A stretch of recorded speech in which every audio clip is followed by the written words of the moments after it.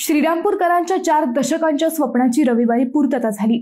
छत्रपती शिवाजी महाराजांच्या पुतळ्याचे अनावरण झाले। डोळ्याचे पारणे फेडणारा हा कार्यक्रम अनेक कारणांनी चर्चेत आला। महायुतीने श्रीरामपूरकरांची मागणी पूर्ण केल्याने श्रीरामपूरकरांच्या चेहऱ्यावर आनंद दिसला। दुसरीकडे पुतळ्याची जागा बदलली म्हणत महाविकास आघाडीच्या काही स्थानिक नेत्यांची आत्मक्लेश आंदोलन करत शिवप्रेमींच्या आनंदावर विरजण टाकण्याचा प्रयत्न केला। आगामी नगरपालिका व स्थानिक स्वराज्य संस्था निवडणुकांपूर्वी श्रीरामपूरचं वातावरण चांगलंच तापलेलं दिसलं। श्रीरामपुरात नेमकं काय चाललंय याच विषयीचा आमचा हा स्पेशल रिपोर्ट। नमस्कार, मी अद्वैता आणि आपण पाहत आहात अहिल्यानगर लाईव्ह 24, नगरी राजकारणाचं परफेक्ट अनालिसिस। श्रीरामपूर शहरात उभारण्यात आलेल्या छत्रपती शिवाजी महाराजांच्या पूर्णाकृती पुतळ्याचं अनावरण रविवारी उद्योग व मराठी भाषा मंत्री उदय सामंत आणि जलसंपदा मंत्री राधाकृष्ण विखे पाटील यांच्या हस्ते करण्यात आलं। नेवासा संगमनेर मार्गावरील भाजी मंडई समोर उभारण्यात आलेल्या या भव्य पुतळ्याच्या निर्मितीसाठी 1,31,00,000 रुपये खर्च करण्यात आले। या कार्यक्रमादरम्यान संपूर्ण परिसर जय शिवरायच्या घोषणांनी दुमदुमून निघाला। या ऐतिहासिक क्षणाचा साक्षीदार होण्याची श्रीरामपूर शहर, तालुका तसेच जिल्ह्यातील असंख्य शिवभक्त मोठ्या संख्येने उपस्थित होते। काही बातम्यांचा आधार घेतला तर लाखभरांच्या संख्येत तालुक्यातील शिवप्रेमींनी या पुतळ्याचे दर्शन घेतले। हा पुतळा करण्याचे स्वप्न श्रीरामपूरकरांनी गेल्या 40 वर्षांपासून पाहिले होते, परंतु अखेर ते स्वप्न महायुती सरकारच्या काळात पूर्ण झाले। या कार्यक्रमात बोलताना माजी खासदार डॉक्टर सुजय विखेंचे भाषण चांगलेच गाजले। ते म्हणाले, श्रीरामपूर तालुक्यातील नागरिक आणि शिवप्रेमींचा 40 वर्षांचा संघर्ष अखेर आज संपला आहे।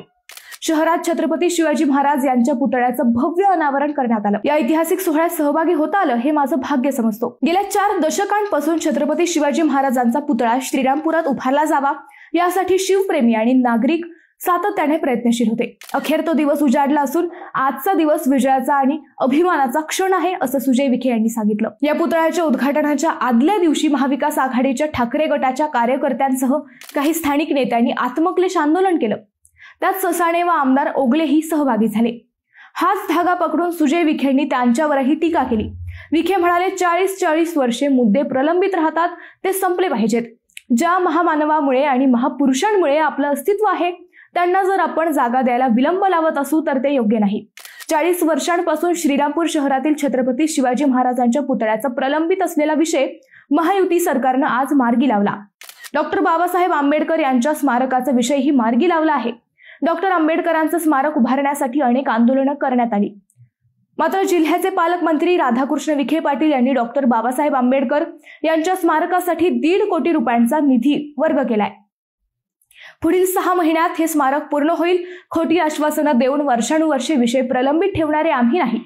महायुती सरकार जनतेच्या विश्वासाला पात्र ठरेल असेच काम करत आहे असं म्हणत सुजय विखेंनी महाविकास आघाडीच्या आंदोलनातील हवा काढून टाकली। आगामी स्थानिक स्वराज्य संस्था निवडणुकांपूर्वी हा प्रश्न मार्गी लागल्याने श्रीरामपूरमध्ये एक वेगळा उत्साह दिसला। 1.25 कोटींपेक्षा जास्त रुपये खर्च करत उभारलेल्या या पुतळ्यामुळे श्रीरामपूरच्या वैभवात भर पडली आहे। त्या उलट श्रीरामपूरकरांच्या आनंदावर विरजण टाकण्याचा प्रयत्न झालेल्या आत्मक्लेश आंदोलनामुळे महाविकास आघाडी बॅकफुटला गेली आहे। मित्रांनो, तुम्हाला या विषयावर काय वाटतं ते आम्हाला कमेंट करून नक्की कळवा। शिवाय व्हिडिओ आवडला असेल तर चॅनलला सबस्क्राईब करून व्हिडिओला लाईक करायला विसरू नका। पुन्हा भेटू नव्या विषयावर, तोपर्यंत धन्यवाद।